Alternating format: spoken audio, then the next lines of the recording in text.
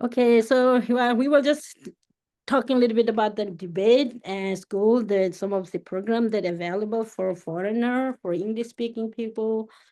And now let's do our class. So we are doing the 30 spin practice of the Bodhisattvas, and I think today and the next session we will finish this, and then we will do another series of teaching. Okay, so let's do our usual way. We're going to do some meditation. How about that? That's good. So let's sit, like a same as usual.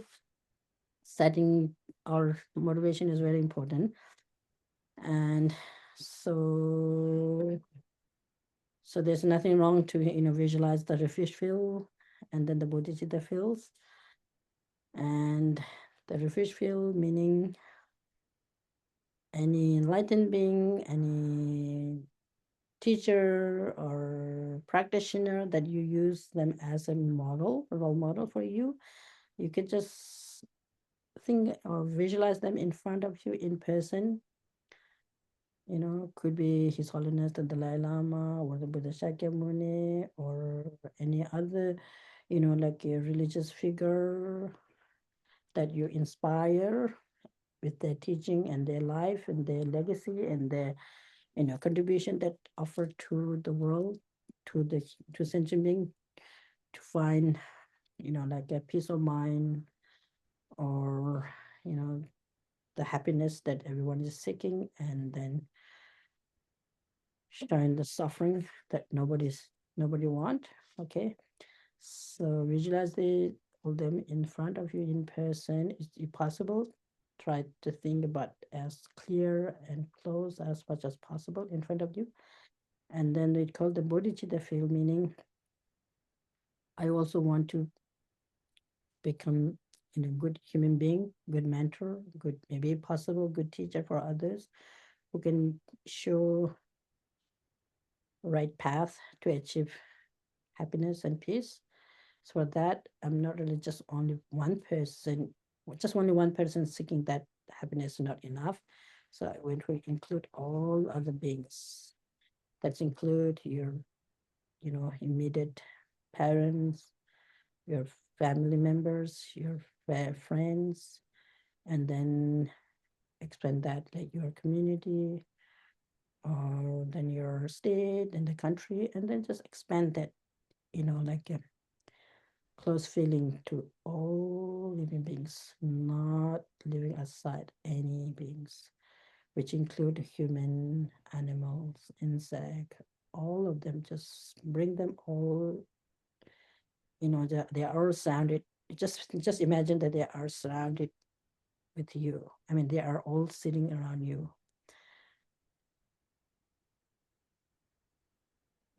And then, yeah.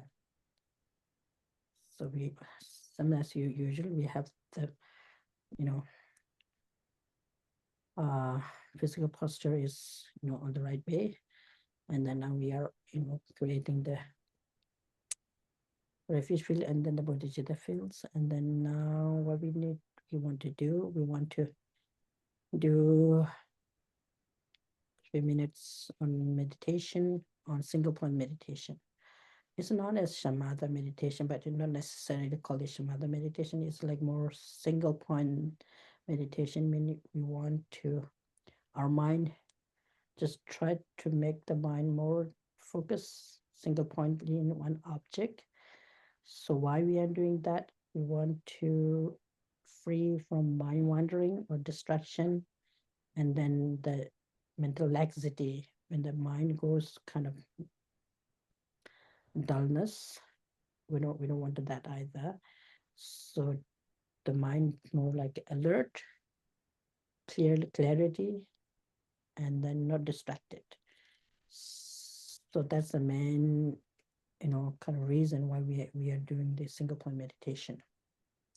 And when you do the single point meditation, we have to have, it's good to have the focal point. Focal point means the object where we want to focus the mind. And here we use the focal point is uh, our own breath. And so we just do the breathing exercise.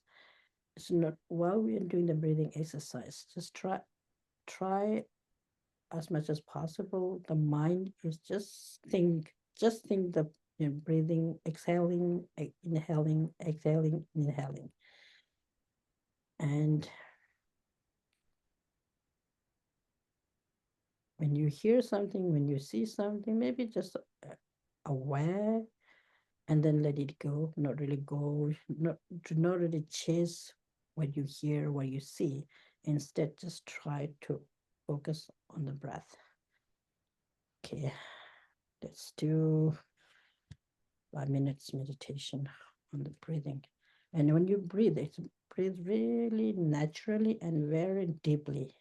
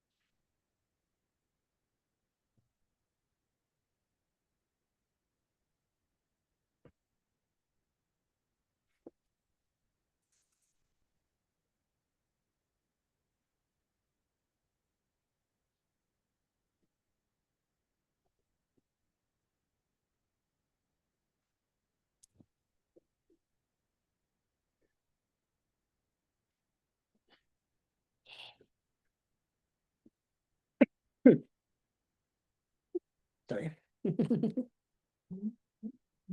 You can stretch. Make yourself comfortable.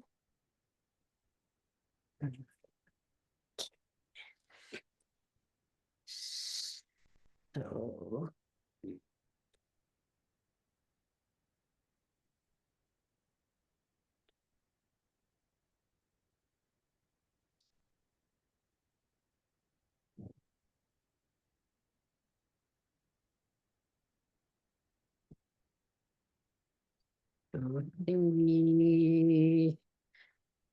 we finish up to verse 29, right? So the verse 29 is about what?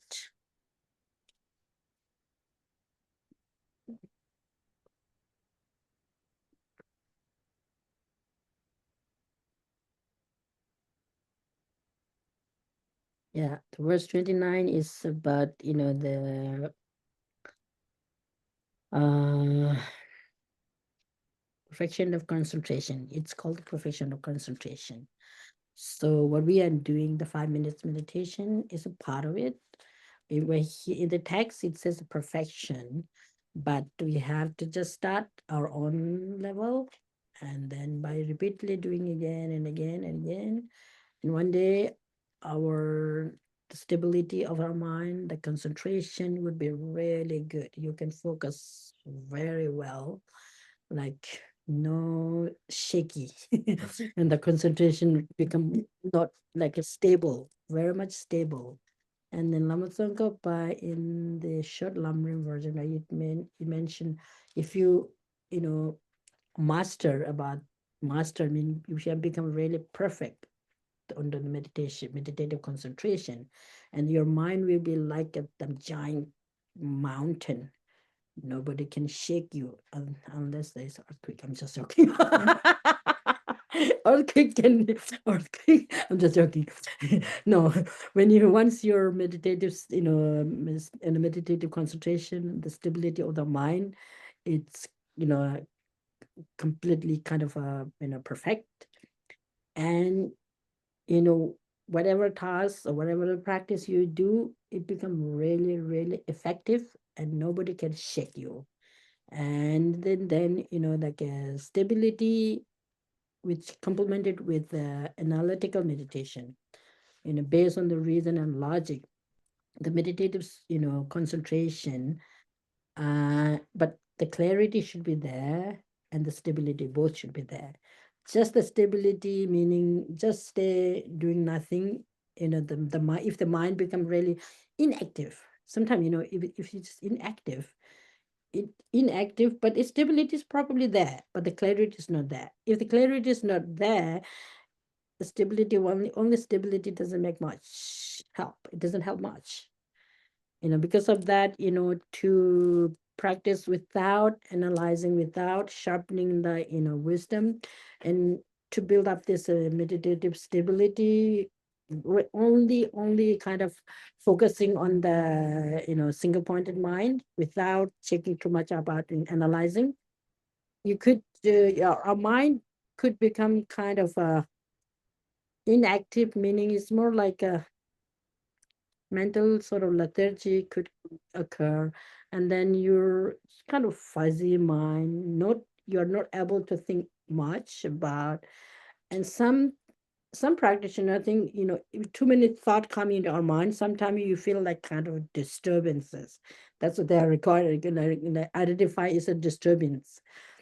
I don't want to think anything. It's kind of common. Sometimes, when so many thoughts come into your mind, and you become really busy, and then the mind becomes so distracted, right?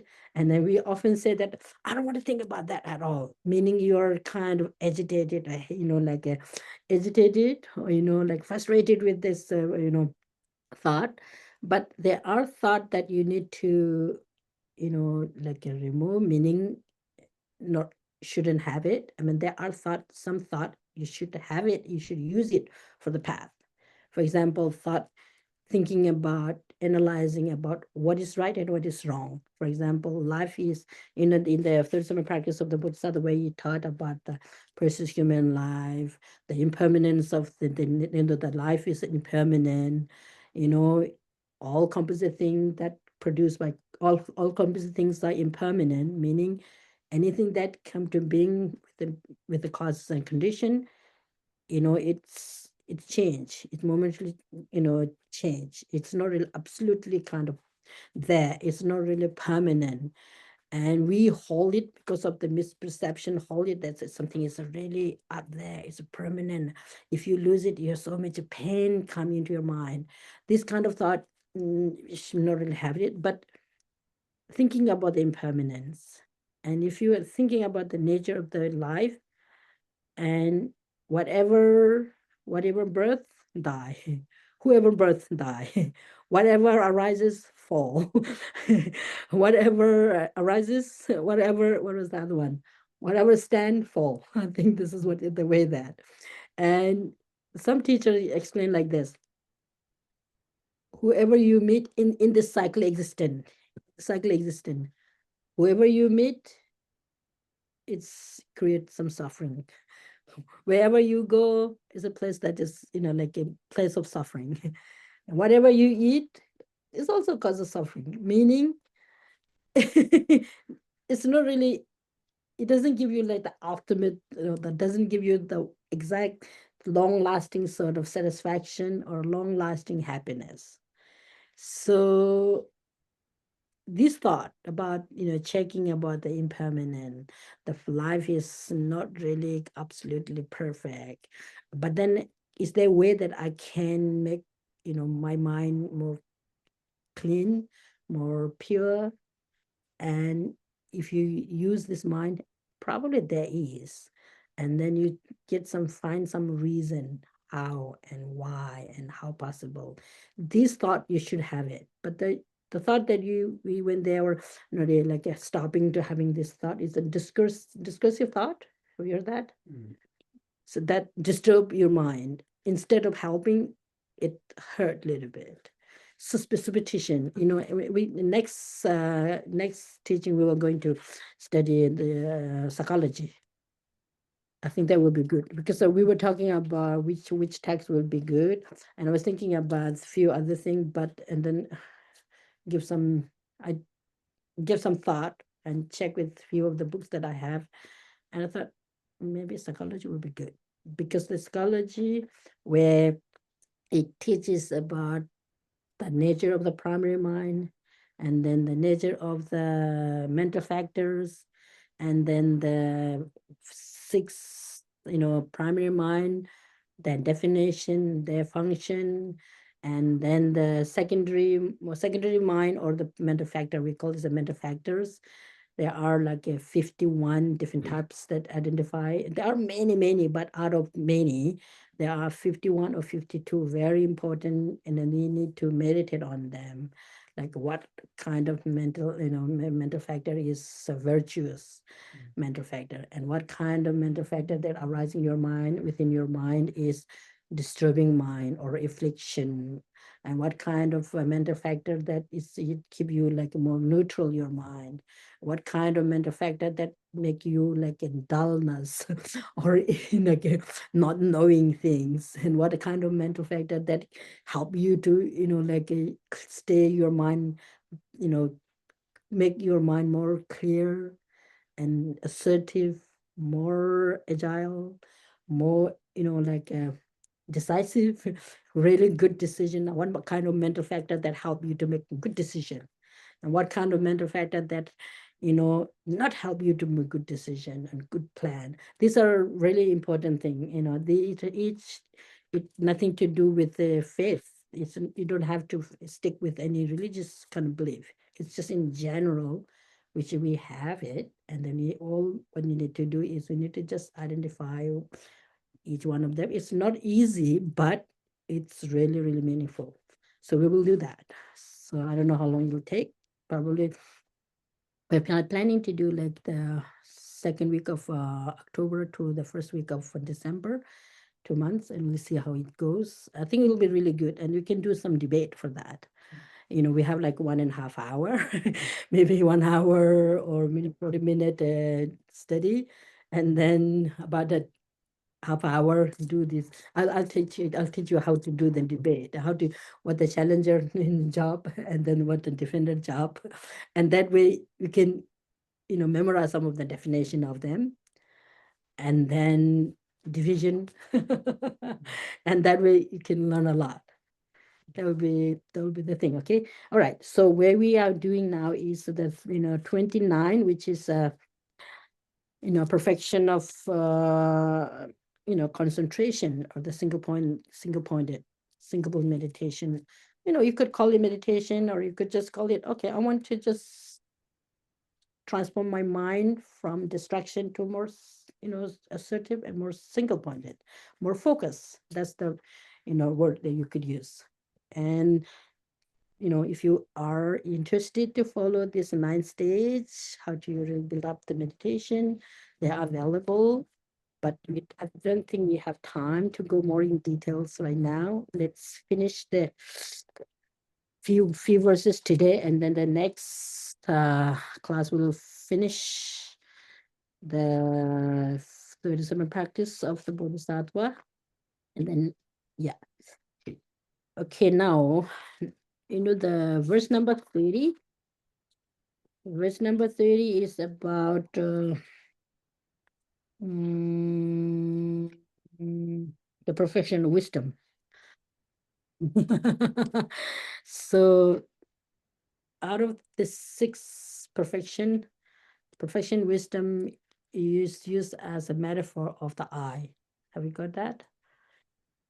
If our eyesight is perfectly working, and what will you do? What does that help for us? You can see everything clear, right?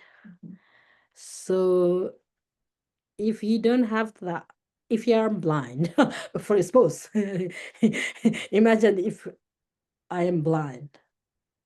I can hear, I can feel, I can see, but I won't be able to see what is there, what is there, what is there. And it use like, the first 5 perfection without complemented with the wisdom. It is the first 5 are like blind person. Are you getting it? Why it's a blind person? Because without, like without, what do you call it, complemented, or without, support of the wisdom, if you do the generosity, ethical discipline, meditative concentration, joyous effort, this practice could be not that effective, because you may fall into like a foolish practice of generosity. Can you give some example, foolish way of practice and generosity? I'm sorry, this word I use, but foolish meaning it's more like for example, if someone be very generous. So that generosity have 3 types, okay? Giving material, giving the teaching, and then the protecting others' life, meaning protection. So the example is material, generosity is more like a giving food, clothes, medicine, and shelter. These are the generosity of material. And then the second one is generosity of protection, meaning if someone is in the danger of their life, or somebody's insect, or maybe sheep or goats, or some the predators are running after them and chasing them to kill them, and if he tried to find a way to rescue them, that's a generosity of protection example. And then the generosity of teaching, meaning if you know something good and you share without any expectation, just with the pure motivation to benefit that person. And how do you really train yourself to become a happier person? Share with very open-minded way. These are generosity of teaching. in the text you could find it like in generosity of Dharma. That's like a Buddhist way of putting, but in generosity of sharing your experience, the good experience, helpful experience, but not really gossiping, unhelpful, non-helpful, non-benefit, sharing. I know it happened as a human being sometime, but maybe better not really do too much chatterbox. You heard that? Sometimes just have a fun is okay, but too much engaging into this kind of thing, then it's trouble, right? So if you without checking careful the whole situation, practicing the first five, like a profession or the first five, profession practice is more like a blind person walking into the wood or something like that. But then if you have the wisdom that clear, and then your wisdom that you could make the differentiation between what is wrong and what is right, what will be more benefit or what will be not that benefit, what is the long run benefit, what is the short term benefit, what is the larger scale benefit, what is the short, like a short, like a small scale benefit. This is the task of wisdom. So that's why the wisdom is wisdom play a great role. But then just sharpening and just putting like a dry knowledge is also not right, not enough. You have to have generosity, ethical discipline, and all the other practice too. If you do not really practice the first five, only learning, and not really practicing, not really implementing into day-to-day life, and that's also a problem. It's become like almost like you're talking something that just a recording into the maybe the on the phone, but inside kind of more sort of empty. This could happen too sometime. So because of that, the balance should be there. It is all help each other. When you practice like a professional, and like a generosity practice, all the other five should be incorporated within it too. There's not really one single perfection you practice without the others. So out of this, wisdom is very important. Sharpening your mind is very important. So wisdom meaning in Tibetan words is shirap. Shirap is namcho. Shirap. It means like the mental capacity. The task of the wisdom is the mental capacity or the aspect of the mind which had the potential to make what should be adopted, what should be discarded. This is the wisdom task. It is mental factor. It's not primary mind. It is mental factors. Just keep in that mind. What does it mean by that? It's not part of the brain. It may have some connection for sure, because the mind and body is always connected in a way. But without the body, if the mind is exists or not, you can think about it. Without the body, the physical gross body, with the mind, could be possible or not? Why not? Without the body and the mind, um, because they're just one. That it's the whole. It's pieces with the whole. Uh-huh. If I didn't have this body, then I couldn't use the mind to operate, to put into effect what the mind tells me would be beneficial. Right. Yeah, that's good. Really good. Yes, exactly. That this really clear indication about this. This is our precious human body, which incorporate with the mind. But you can do some experiment. For example, your body is here, and then let's do some kind of experiment. We sit like this. Okay, my physical body is here. We're all here, right? Our body, this physical body, we are all in this room. Who can deny that? How many of you think that our physical body is not in this whole room? No, nobody, right? We are all here, right? For sure. We are all here for sure. And how do you know that? We all see each other. We all interacting each other. That's kind of evident. It's obvious, right? We are all here. But then, okay, think, maybe just think about that, your home. What come in your mind?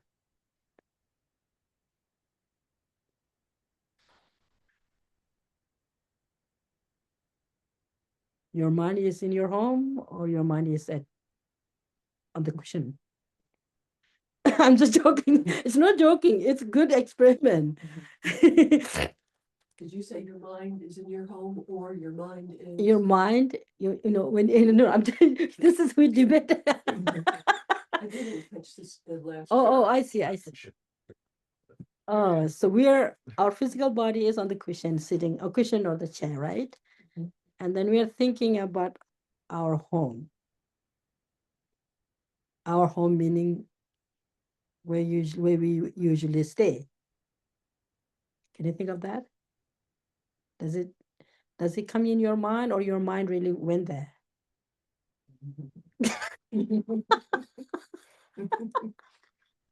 It's kind of puzzle, but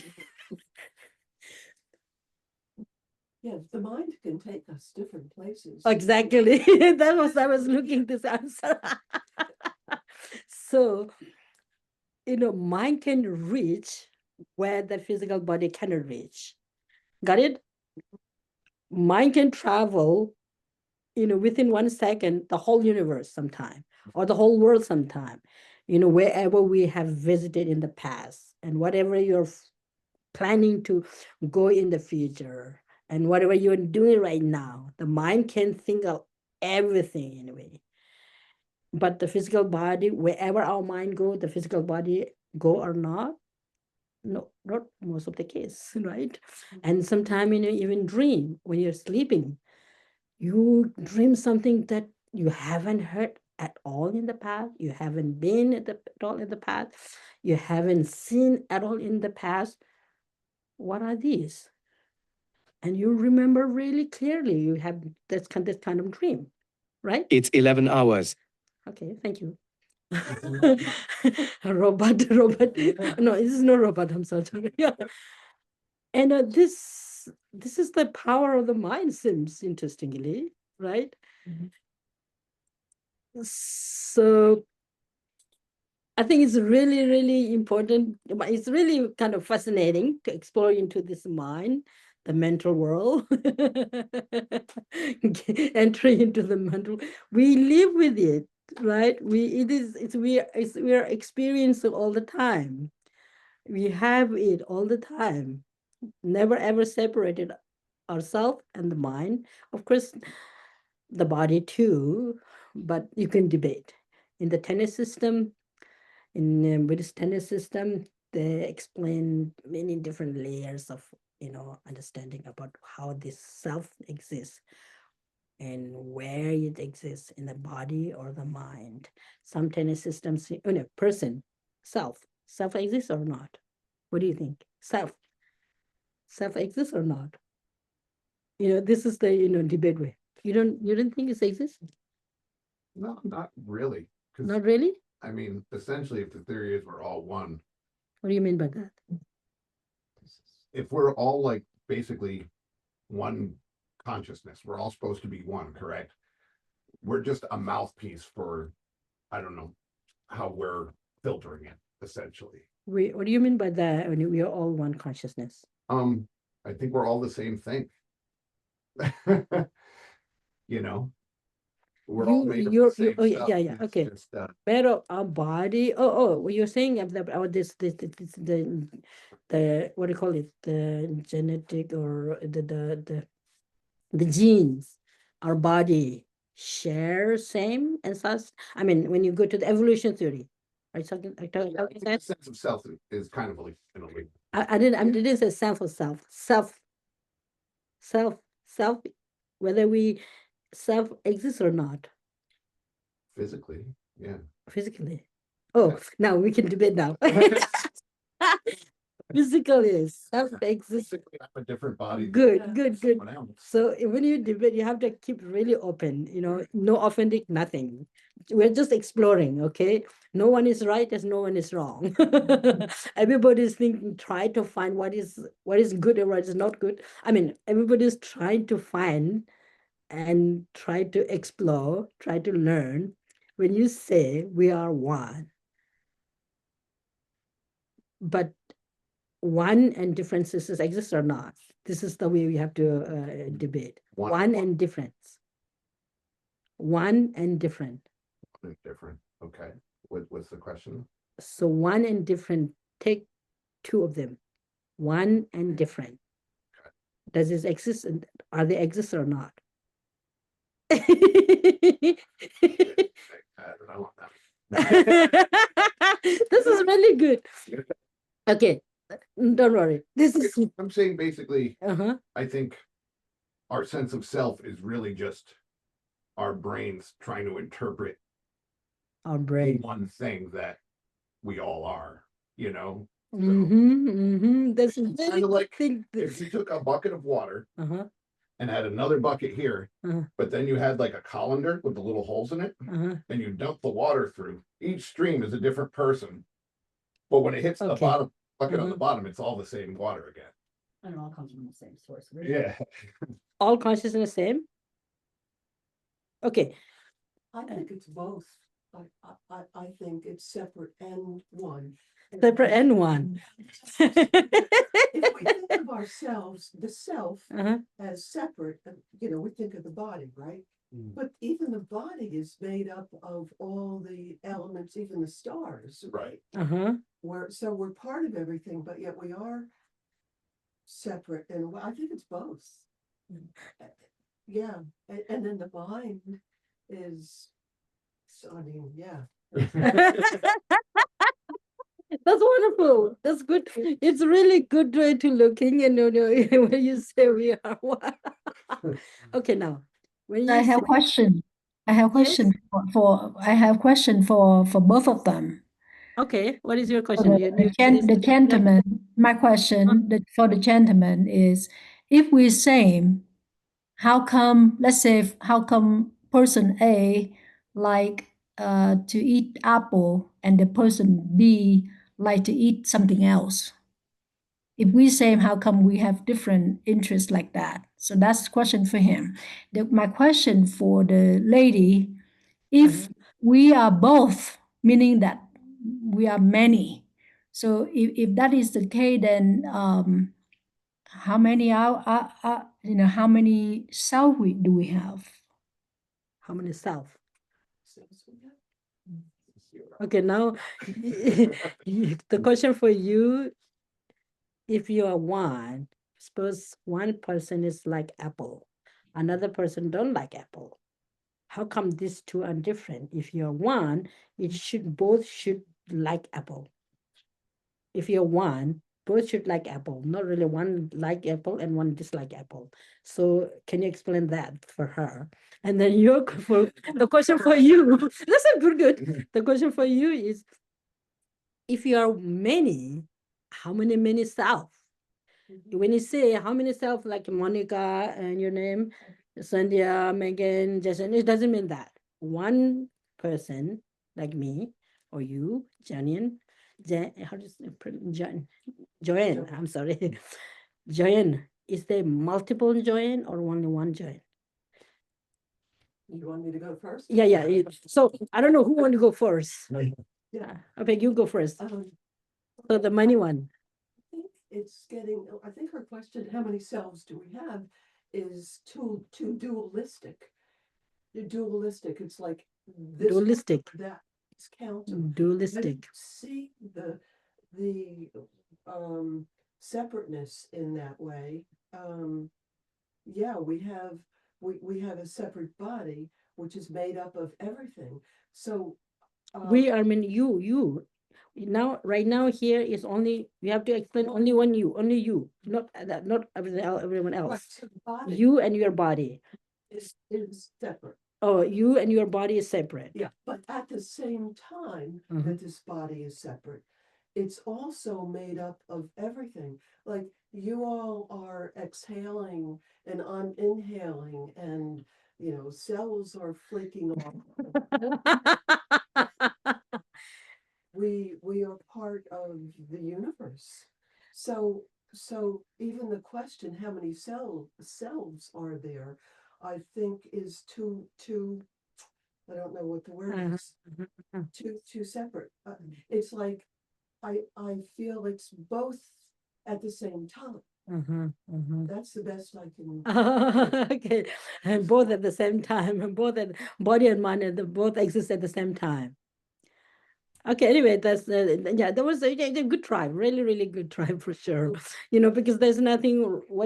I mean, of course, there's a certain the time maybe we can go in more like a refined and more deeper understanding, but it's really, really good way to try, and then we have to just explore how is it, and then maybe sometime you just say, okay, if we are both, that question is the body is person or is the mind a person, or none of them? The two question, the question could come, do you think your body is you? Do you think your mind is you? Or do you think none of them you? This question could ask. And then you can check, if you say my body is me, then your body have so many different parts: the hand, the feet, the head, the eye, the ear. And it's not like 5 different aggregates or the 4 elements or 4 or 5 elements. Are you saying that your hand is you, your head is you, your leg is you, your feet is you? Obviously not, right? If all of them you, so you're so many, not only two, multiple billions, because you have all many different atoms, this collection of different chemical neuron, I don't know, blood, bone, so many collections, right? And when it's summarized into like a 4 elements, or it's the gross body. you know I will see my hand. I'm saying my hand is me hand. If you say my hand is me, then you have to say me is hand. That's art, right? Leg is me. What is that? And then it's my body. When you say my body and my hand and me, so it clear kind of indication that hand is not you, head is not you, and then the whole whatever part you pick up is not you. And then when you said like yourself is outside of your body and mind, if it exists outside of your body and mind, then it's something that completed unrelated with your mind and body. And what is it? So this is the wisdom, the task of the wisdom is you have to check with that. You need to check with this. Yeah. Anyway, this is really good. Okay, now, Jason, you have to answer for you. The question I for don't think we have body or mind. I think our body and mind is just a filter for the spark or the force that filter. is all of us, like almost like a universal energy or consciousness.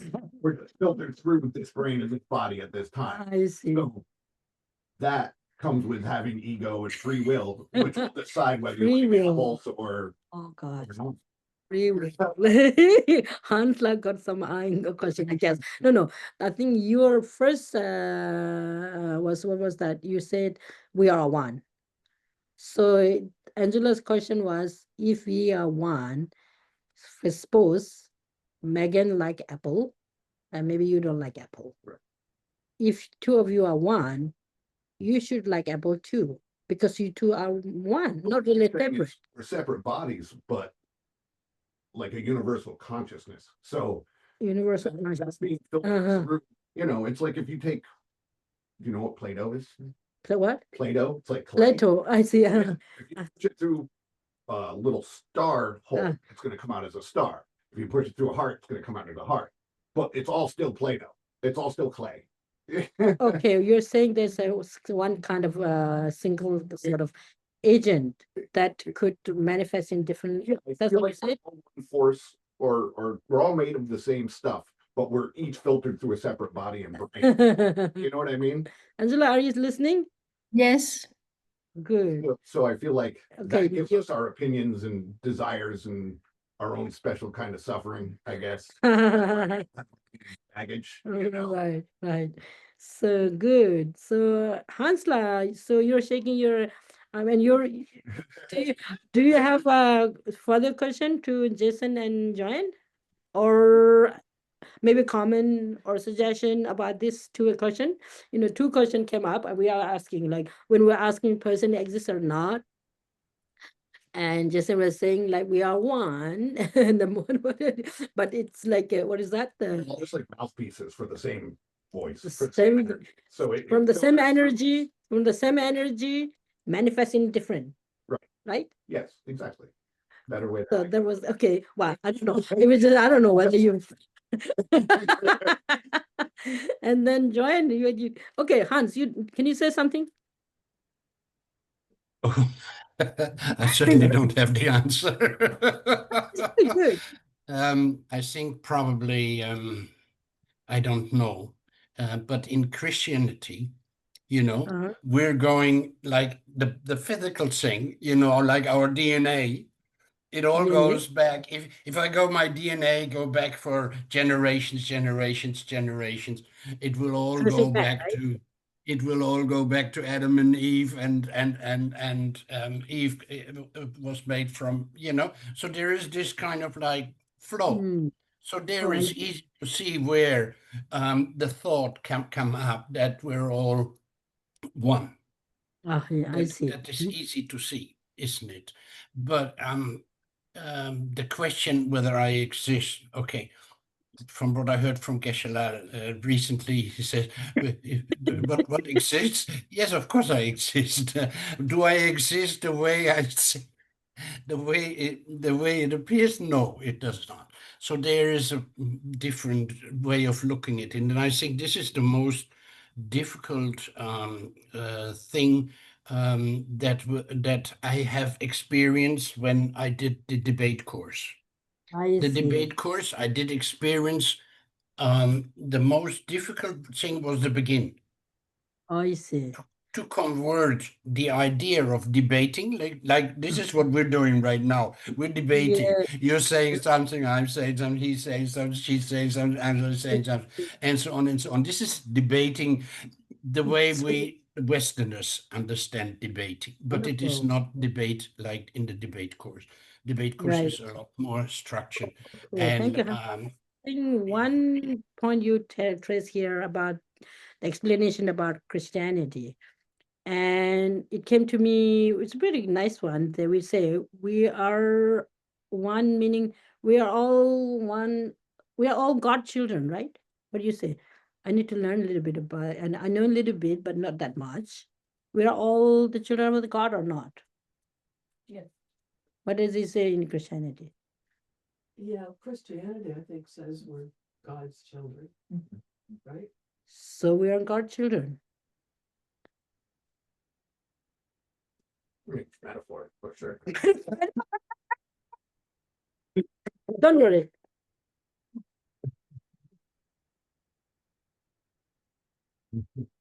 Okay, we can learn this philosophy too. Why not? You have the when you study philosophy, Western philosophy, Eastern philosophy, ancient Greek philosophy, French, Greek have deep philosophy about the self. And then, of course, most of the American came from Europe, I guess. Seems like, other than the Native American.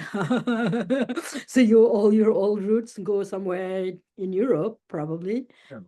Not all? No, we're all from the Middle East. Middle East? Okay. Well, I mean, you can trace in different you can trace in different whatever the continent or the country or wherever you come from, some of the our ancestor, I don't know whether you call this ancestor. I'm not sure about the evolution explanation. It's kind of there's some fascinating sort of thing there about the fossil, tracing the DNA, the family tree. Interesting to learn, and whether you really, what is truth and what is not truth. And your truth is truth for you, and my truth is truth for me.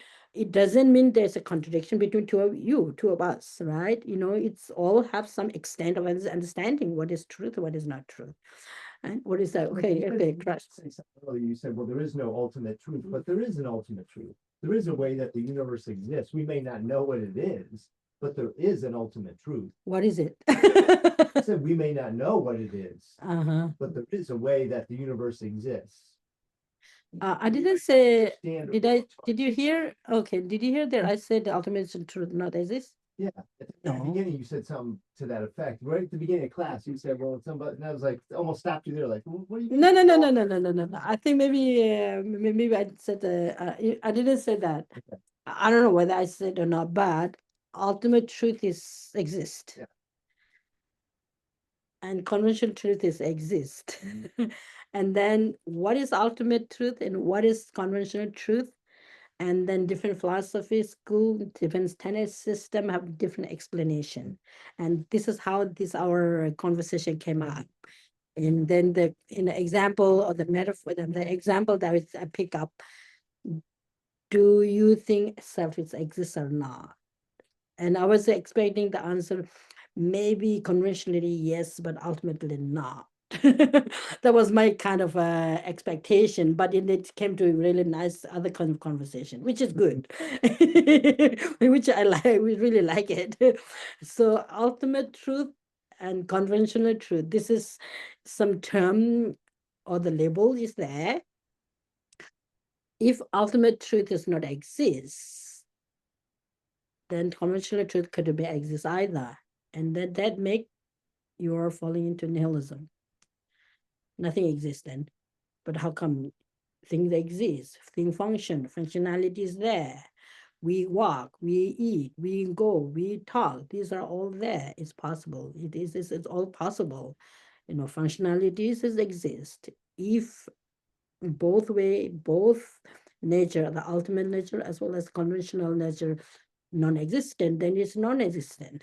But we exist for sure. And how it exists, interdependently, or dependent on cause and condition, or depend on the part and the whole.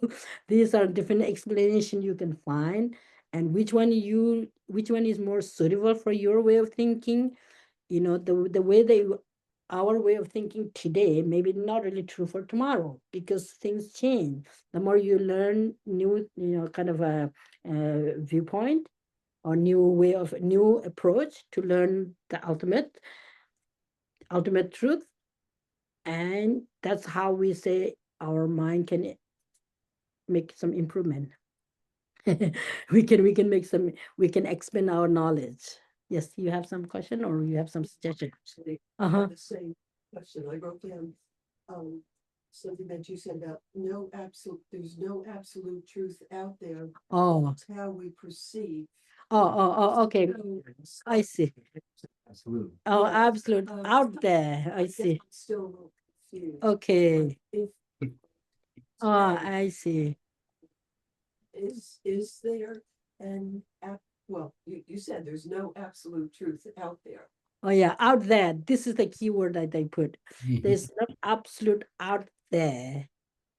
Our mind, the subject, label, self, table, hers, house. If something is absolutely 100% singing ball, you cannot change this, you cannot transform this singing ball into cup, or you cannot transform this singing ball into, like I don't know, whatever. You can transform them, you can change them, right? This is singing ball, right? Right now is functioning as a singing ball conventionally. If it is absolutely from the object side, it's singing ball, this is my way of thinking, but I could be wrong. You can prove me this, like wrong. Falsifiable. That's I think the scientists will say like the philosophy. You can prove that you can disprove what you say is wrong, or you can prove your view is wrong. That's we welcome. We always welcome. All right. What I'm saying here, this is singing ball. It conventionally exists, meaning it's not absolutely out there, meaning if it is, this is my way of thinking, if this is 100% or absolutely exists from the object itself side, from the from over there, and then my thinking is, then it has to be singing bowl all the time, past, present, future, never ever change. But we can change it, we can transform into cup, you can transform into ring, or you can transform into so many different things. You can change a lot these things, and then when you change it, it is labeled differently, and then the mind perceiving differently. Right now we are perceiving this as a singing ball, and then tomorrow is you may ask some kind of a mechanical person to smash it and melt it in and then make a kind of ring, and we perceive that as a ring rather than singing ball. These are kind of it's there, right? So basically, because nothing is permanent, and truth is always changing. Some things are permanent. Is absolute truth always changing? No, don't worry. Don't worry. That's a really good way to question why not. So maybe Melinda have something. I don't know. She have some. Was saying that conventional truth is always changing. It's a convention that we recognize that as a singing bowl. It's a convention that I went and melted it down and made 20 rings for myself. Right. It's a convention. There's conventions that we place what we see, hear, feel, and touch into like that object. But ultimate truth is something else, or absolute truth is something else. So I think we should just saying, that this is not absolute truth because It's changing. Gotcha. Okay, good. I think we have only 6 minutes left. I want to read few verses and then maybe you could give some thought of it. No problem. Verse number 30. Verse number 30, where it says, since the five perfection without wisdom cannot bring perfect enlightenment, along with skillful means, cultivate the wisdom which does not conceive the three sphere as real. This is the practice of Bodhisattvas. So the three sphere, this need to some explanation a little later, but now just leave it there. And then the 31, if you don't examine your own error, you may look like a practitioner, but not act as one. Therefore, always examining your own errors, rid yourself of them. This is the practice of Bodhisattva. So let's suppose we finish up to 31 verses, up to the 31 verse. And the verse number 30, which is about the importance of the task, the function of wisdom. And then the verse number 31 is actually about, oops, what did I do? Verse number 31 is about check your own faults and give them up, meaning check what is kind of not helpful thing coming within yourself, but we believe we are right, but in reality maybe you're wrong. And don't pretend that you're right. If you pretend I'm pure, I'm right, everything what I do, whatever say, whatever I engage is right, if you think that all the time, that is deceiving us. So there's some good teacher say that be ready is that you can be always good to say I don't know. It's I know some, but I don't know. I learned a little bit, but I don't know. What does it mean? There's so much for me to go and dig into the reality. This topic that it came up is really interesting way to learn, and different philosophy, different religion have different explanation. And then we have to just keep it our heart open to listen everyone's, viewpoints. Everyone viewpoints have some meanings there, certain meanings there. And then how do you really apply into in reality in day-to-day life practice? Everybody have similar practice, similar, almost identical sometime, and then slightly different approach could be there, but the open-minded is always the best. Just everybody say welcome everyone with open arms, right? This is the kind of mental attitude I think we should keep in our mind. So if you just think my truth is only truth and no one else, that deceive us. This is the verse number 31 says, there's some error in you. And my truth is truth for me, but maybe not truth for her. Or maybe my truth is truth for me, maybe truth for her, but not everyone. You know, but it just keep it open. Even the Buddha said, Buddha, Jesus, whoever, given some, create some platform for us to follow, right? Doesn't matter how far you can go. We can just try whatever extent we can go, and then never give up. Always patient, practice patient, profession patient. It's meaning never give up, keep going, keep moving. But the most important thing is the more you learn, just check that are we becoming more relaxed and more calm person or not. That is the most important thing. I share a few, story. I think you maybe I can share once again. Maybe some of you may haven't heard that. I think more than 20 years. I don't know how many years ago. Anyway, His Holiness the Dalai Lama. He was invited in Italy to join like a church service. In Italy, and he was there, and there were so many religious figure gathered in this same like a place at the church. It's Christian church. And he heard that one man who was really, really devoted, Christian practitioner. And he was meditating on the mountain for 5 years in the jungle, meaning in the forest. Like, no house, just was just like the Buddha, sitting on and maybe he has like some cave or something on the mountain. He was meditating up there. And he heard that, and then he really wanted to meet that person and make some inquiry at the church, place at the church. And then I heard this one man actually meditating on the mountain, and I really want to meet him. And they inform him to, make the appointment to meet him. And then they met and they discuss. And then His Holiness asked him, when I heard that you're meditating on the mountain like 5 years, and what did you meditate?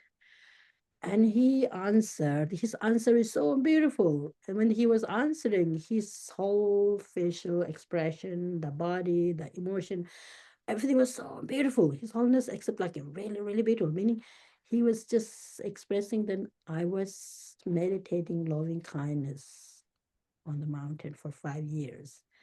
And he was just checking, that loving kindness give you the best satisfaction in your life, the best kind of practice you can do.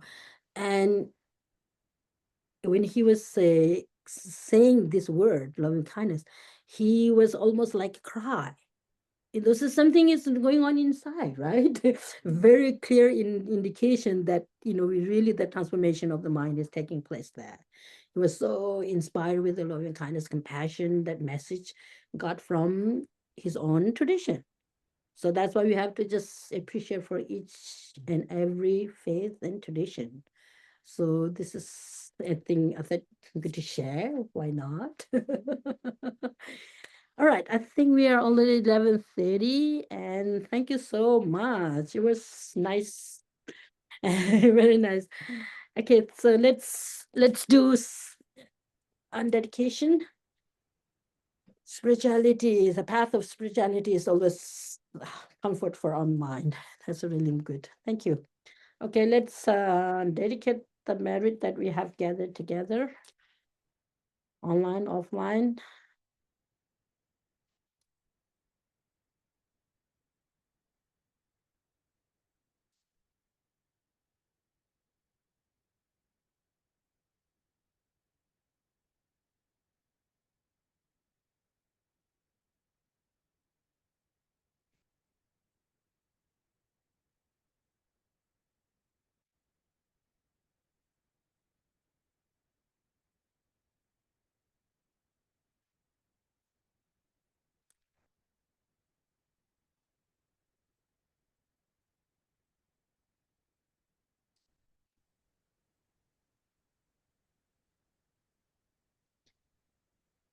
Okay. Thank you. Jinjie, it's really interesting class today. Really enjoyed Thank it. you. Have a good day. Thank you, thank you, thank you. So please enjoy tea, snack, water.